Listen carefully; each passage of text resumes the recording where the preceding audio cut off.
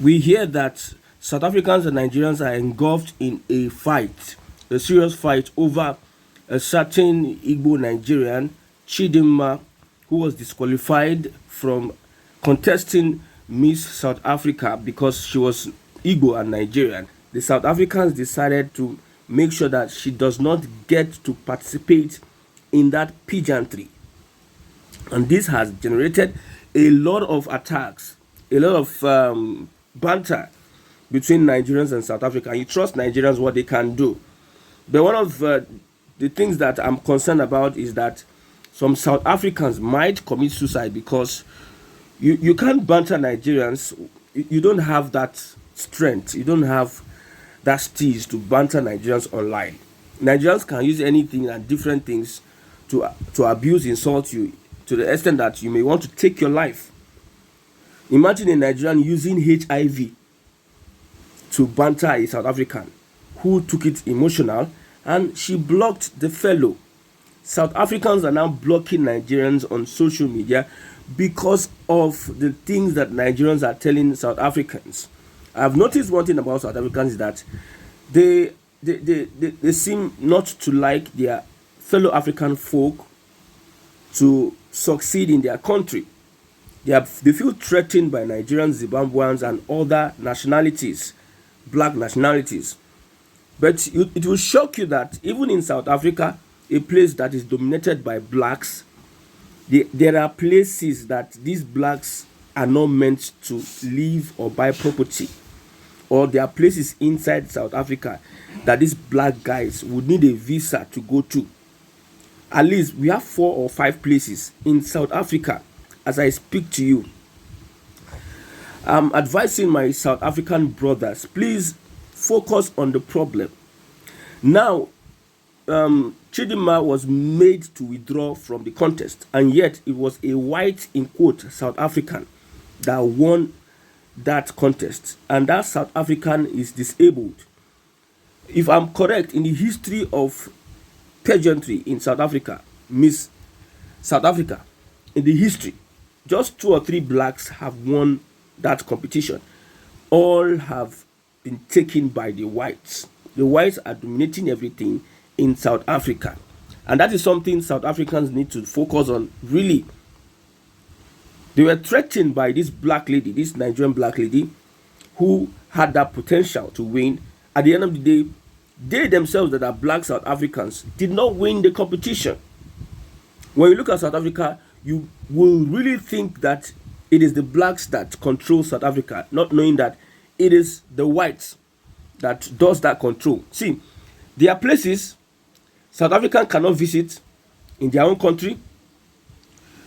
A place that Mandela wasted 27 years of his life, 27 years of his life, fighting for the freedom, fighting against apartheid, to come out and sign a deal whereby you see inside this country, just imagine, you have whites in Nigeria, and they set up a colony in Nigeria whereby we that own the country cannot go.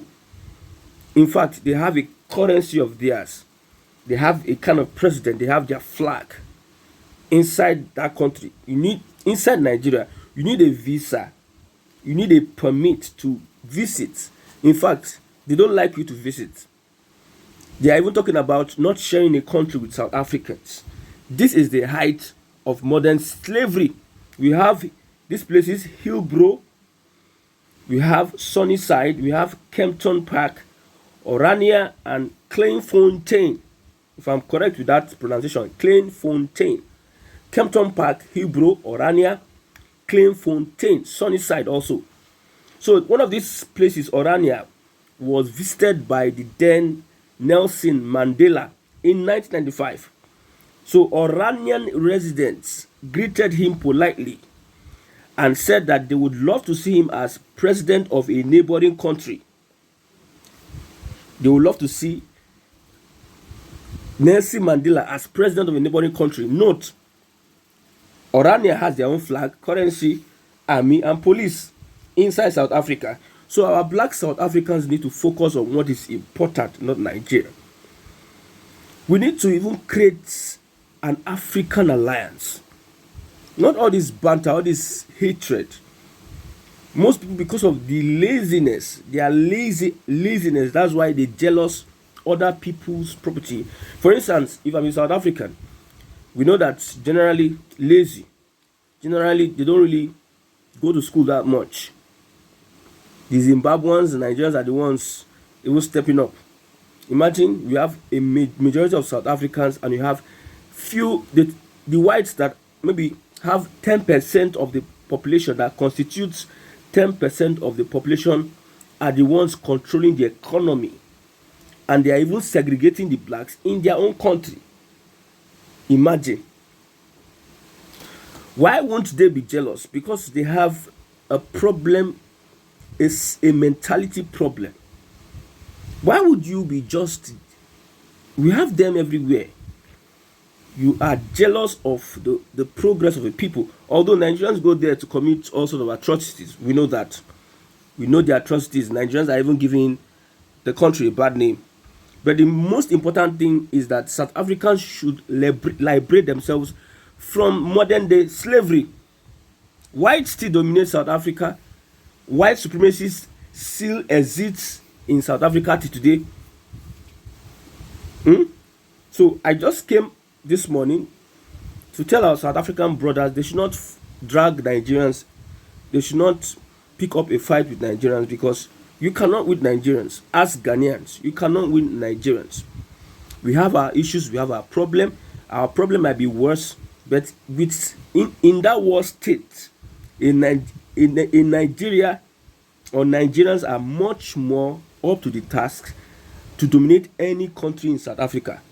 No matter how worse and how gullible we might be back here in our country, in the country, we might not be as worse and as gullible as South Africans or any other African country. Although back here we have challenges, we are being ruled by demons. If the challenges they are facing there, they might be just witches and wizards. We are being ruled by principalities and power. We have similar travails we are going through. But South Africans need to understand one thing, that the black man is your brother, much more. Your brother, much more than. You cannot attack a white man. We hear South Africans are afraid to attack a white man physically, but they will be willing to sacrifice a black man any day, anytime. Any day, anytime. Kill, maim, burn their shops of the blacks in South Africa. And they are not ashamed of this.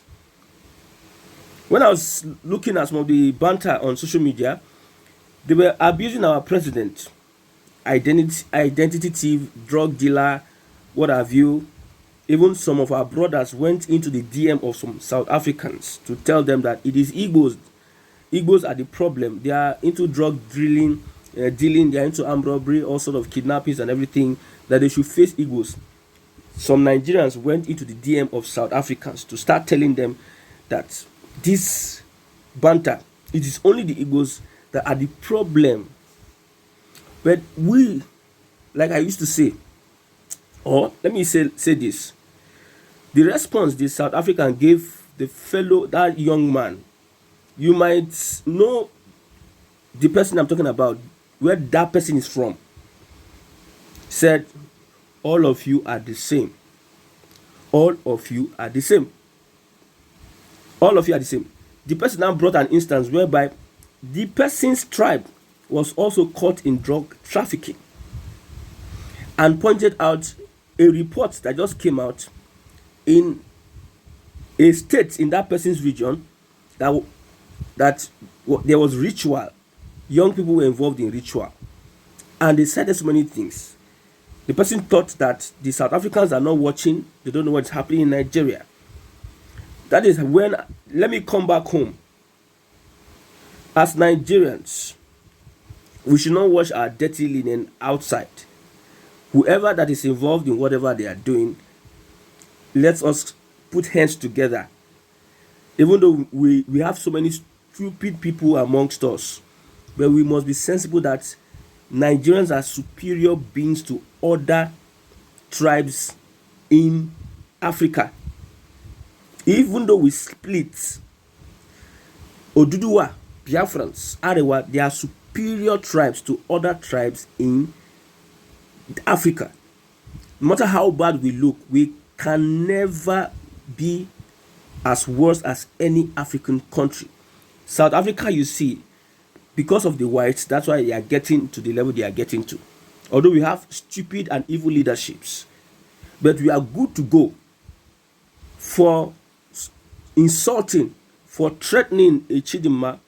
Nigeria and Nigerians went on social media to remind South Africans how our government saved them from apartheid. We spent billions of naira on them to rescue them from the clings, the claws of their colonial masters then, which are the whites that are still in the country. And I noticed that these South Africans have this slave mentality, and theirs is worse. Imagine, are you not shocked that inside South Africa there are places that blacks cannot visit? But it is their fellow blacks that they see as problems. Africa will have a big problem. It is their fellow blacks that they see as problems. So if you're my South African brother, please, we can help you the second time to defeat apartheid. Even this clash between South Africa and Nigeria is going to help South Africa realize what they need to do at this point in time, and face off these whites that are going to stop them from having liberty in their own land. I hear that 80% of the lands are owned by foreigners, Indians, which a certain former governor is trying to replicate in some parts of Lagos. In some parts of Lagos you go, you have Lebanese, Lagosians, indigens don't own land in that area. They are being owned by foreigners. There are some parts of Lagos you go, indigens don't own land. It's being controlled. The wealth of Lagos is being controlled by some foreigners. Same thing happening in Nigeria. So we need them to focus on how they can liberate themselves. Don't banter Nigerians. Nigerians are not good people. You banter on social media. Nigerians are master propagandists, from the smallest person to the biggest person. They can whine you to go and even commit suicide. Look at the series of blockings, emotional trauma that Nigerians are giving South Africans on social media. Just one person will just face 100 South Africans and be giving them back to back. And those South Africans will get tired. So this clash between Nigerians and South Africans, we need to stop it and get to a point whereby we can unite. Must blacks be behaving? Wow. This slave mentality, it has gone a long way. Bigotry is a demonic. Xenophobia is a demonic spirit, and slave mentality. These three things are the things that are destroying Africans. Seriously. I still am wondering how come, because we never did any research to knowing that there's some places that as a black you cannot get to. We have not done that research. It is this banter that made some people do more of those research and bring out this information. Man, we can't take it. Okay, now, a fellow black person, you pressured her. There were even plans to even loot shops. Jealous, lazy people, they are dangerous people. Weak men are dangerous people.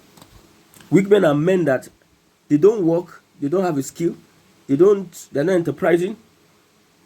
Probably because they are indigenous of a certain place, they are planning on how to send those people out. Those people that they deem foreigners out of that place to acquire their wealth. We have this kind of people, yes, in Nigeria also. Yes, there are people like that are lazy, but because they are indigenous of that place, they don't work, they don't do anything.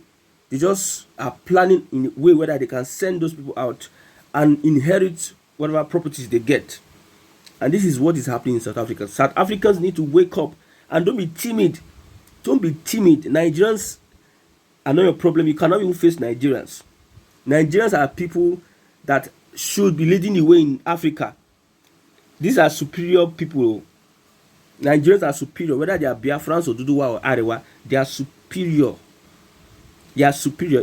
If we had our leadership right, if bigotry has not permeated into our system, if we have not had charlatans, gang of thieves, robbers, corrupt people as leaders, we won't be here. Nigeria will have been the pride of Africa. But yet, we cannot go through what South Africans are going through. There's no how we can go through. Ask Ghana what we did to them. There's no how we can go through. So it is high time Africa unite, Black Africa unite and have a single identity. It is high time for us to be able to compete at the global stage. If not, we'll just be relegated to all these little banters online. And for my Yoruba brothers, somebody asked me a question: what can we do so that we can be unified? We need to scrap religion and tribe in Nigeria. Not like scrap it. Let's make it less relevant. Of course, it is less relevant. Religion, tribe is less relevant. The days of those that were building the Tower of Babel, they were having one voice, one language, one understanding, one goal. You're unified with one language. God could only separate them or divide them with different languages. So it seems our language and our culture is becoming something else to us, that we need to give less relevance to this language and culture thing. That is where bigotry comes in, tribalism comes in. I know this religious thing, Christianity and Islam, they cannot agree, and we have the same in Nigeria. And you think that people can be unified when we have religion and tribe in Nigeria? Let's make this in our constitution at the top level insignificant. If you can do your Christianity, your religion, it should not be at the constitutional stage. It should not be a legal binding on people, because our constitution has Sharia. Sharia is an Islamic fundamental movement or constitution.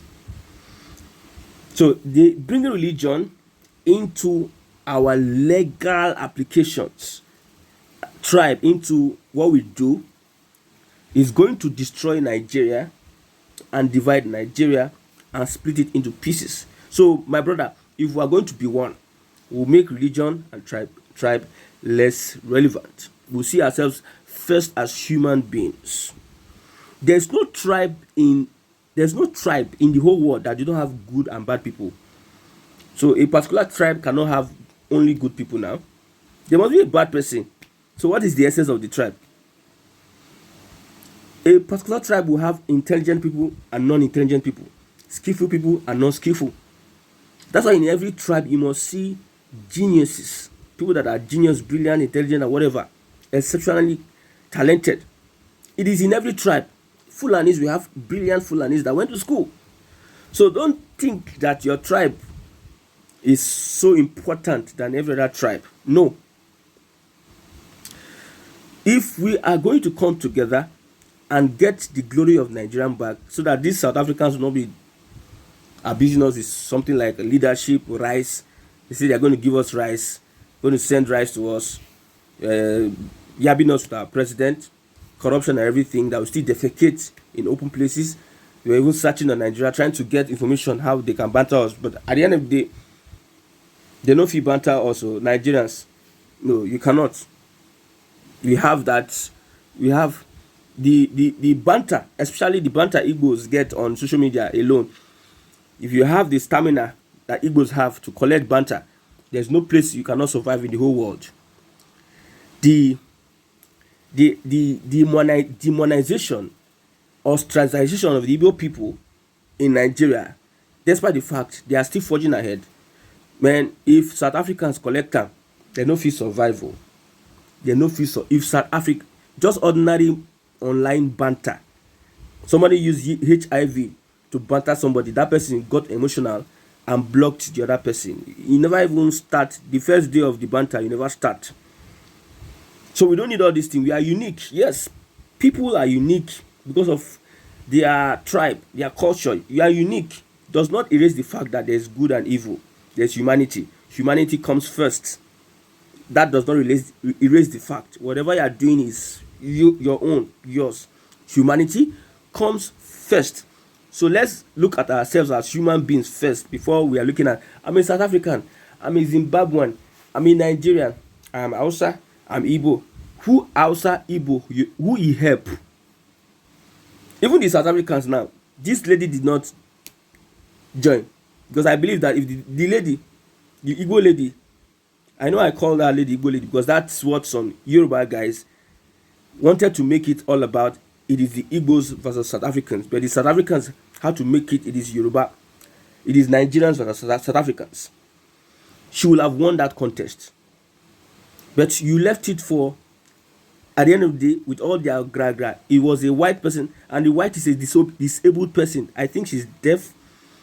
It was a disabled person that won that contest, Miss South Africa. The whites are just taking everything. But my South African brothers need to wake up and rise up to the occasion. Sometimes I wonder whether we blacks have something fundamentally wrong with us. Let's come back to Nigeria, please. What we are fighting for in Nigeria is to bring governance close to the people, and this is going to happen through regionalism. We have an issue with tribe and religion. There's some regions that don't tolerate a particular religion. Yes, some tribes don't tolerate each other. So let us define our space, define it now, so that we can be able to reap the dividends of humanity, democracy, whatever. Reap it first. Please take it easy on South Africans. Please don't let people start committing suicide in South Africa, because this banter is too much, especially with these discovering towns that black South Africans are not supposed to live in. It's going to demoralize and depress a lot of people. It's going to affect the psyche of South Africans. Please, let's stop whining these guys. Let's instead attack their bigotry with another bigotry, their hatred, xenophobic attacks. Open the light, open their eyes, help them see what they need to do, what is very important for them to do, other than facing Nigerians. Are those that are going there to commit crimes. You are never giving, both you and the leaders of this country are never giving Nigerians good name. You are just known to just evil, denigrating a people, spoiling the image of a people. You just go there. What they know is for kidnapping, drugs, and all sort of vices. Those that are going there to do what they are doing, they just know you for that, and you are spoiling a particular tribe or a particular nationality. You people, God help us.